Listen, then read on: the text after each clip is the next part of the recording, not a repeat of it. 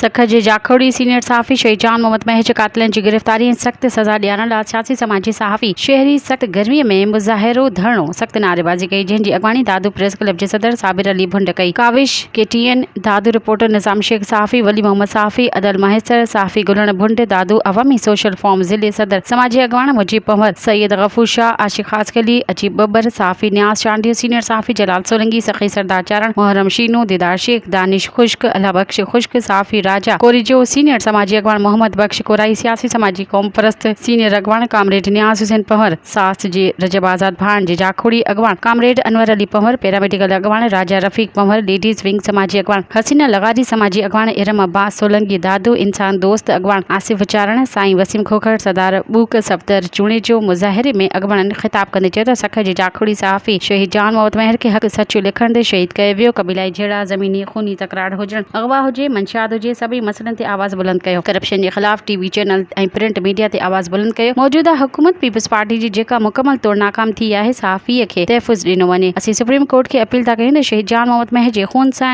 इंसाफ़ कयो वञे।